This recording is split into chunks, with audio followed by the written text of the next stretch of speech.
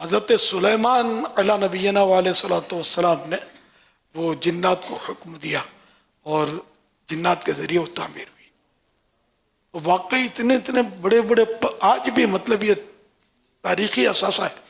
بڑے بڑے پیس ہیں اسٹون کے، پتھر کے، پہاڑوں کے، جس میں کہیں بھی جوڑ آپ کو نہیں ملے گا، یا جوڑ ہے تو بہت بڑے پیس کے بعد، یعنی بڑے سے بڑا پہلوان بھی اس کو اٹھا کے شاید ہلا بھی نہ سکے، اتنے بڑے بڑے پیس.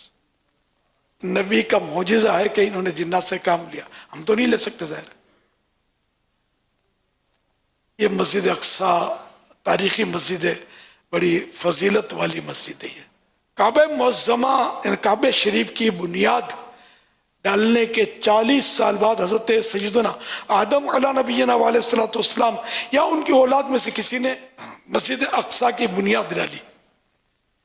پھر اس کی تعمیر حضرت سیدنا سام بن نوح علیہ نبینا علیہ الصلوۃ والسلام نے کی. عرصہ دراز کے بعد حضرت سیدنا داود علیہ نبینا علیہ الصلوۃ والسلام نے بیت المقدس کی بنیاد اس مقام پر رکھی. بنیاد میں نے فاؤنڈیشن، جہاں حضرت سیدنا موسیٰ علیہ نبینا علیہ الصلوۃ والسلام کا خیمہ کیمپ نصب کیا گیا تھا، لگایا گیا تھا. اس عمارت کے پورا ہونے سے قبل حضرت سیدنا داود علیہ نبینا علیہ الصلوۃ والسلام کی وفات شریف کا وقت آ گیا، تو آپ نے اپنے فرزند ارجمند یعنی اپنے سعادت مند بیٹے حضرت سیدنا سلیمان علیہ نبینا علیہ الصلوۃ والسلام کو اس کی تکمیل یعنی اس کو کمپلیٹ کرنے کی وصیت فرمائی. چنانچہ حضرت سیدنا سلیمان علیہ نبینا علیہ الصلوۃ والسلام نے جنوں کی ایک جماعت کو اس کام پر لگایا اور عمارت کی تعمیر ہوتی رہی. ابھی 1 سال کا کام باقی تھا کہ حضرت سلیمان علیہ السلام کے انتقال کا وقت آ گیا. آپ نے غسل فرمایا، نئے کپڑے پہنے، خوشبو لگائی اور اسی طرح تشریف لائے. عصا یعنی اسٹیک پر ٹیک فرما کر کھڑے ہو گئے. ملک الموت حضرت اسرائیل علیہ الصلوۃ والسلام نے آپ کی مبارک روح قبض کی. آپ اسی طرح عصا یعنی اسٹک پر ٹیک لگائے رہے. پہلے تو جنوں کو رات کی فرصت مل بھی جاتی تھی، اب دن رات برابر کام کرنا پڑتا تھا کہ حضرت سلیمان علیہ السلام ہر وقت کھڑے ہی رہتے تھے اور اجازت مانگنے کی کسی میں ہمت نہ تھی. ناچار سال بھر تک ایک ساتھ کام برابر یعنی کنٹینیو کام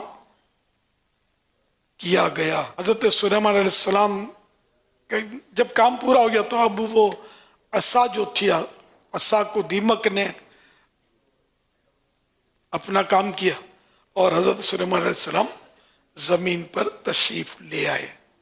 تو اب جا کر یہ جنات جو تھے ان کو پتہ چلا اور بعد میں تحقیق ہو گئی، پتہ چلا کہ یہ تو سال بھر سے وفات پا چکے ہیں. اس پر یہ کہ قرآن کریم کی ایک آیت مبارکہ ہے، فلما خر تبینت الجن ان لو كانوا يعلمون الغیب ما لبثوا في العذاب المہین. جب حضرت سیدنا سلیمان علیہ الصلوۃ والسلام زمین پر تشریف لائے تو یہاں سے یہ ظاہر ہوا کہ جن اگر غیب جانتے تو اس ذلت والے عذاب کے اندر ٹھہرے نہ رہتے. یعنی جنات کو علم غیب تو نہ تھا، نہ ہے، نہ ہوگا. تو یہ اگر ان کو علم غیب ہوتا تو ان کو 1 سال پہلے پتہ چل جاتا کہ حضرت سلیمان علیہ السلام وفات پا چکے. نبی کا جسم مبارک جو ہے وہ تو مطلب گلتا تو ہے نہیں، جس طرح ہمارے جسم جو ہوتے ہیں گلتے ہیں، سڑتے ہیں، پھٹتے ہیں. تو نبی کا جسم مبارک سلامت رہتا ہے. تو یہ مطلب جسم سلامت اور کھڑا ہوا دیکھ کر یہ سمجھتے رہ گئے تو کھڑے ہوئے. اب تو دن رات کھڑے ہوئے ہیں، تشریف نہیں لے جا رہے.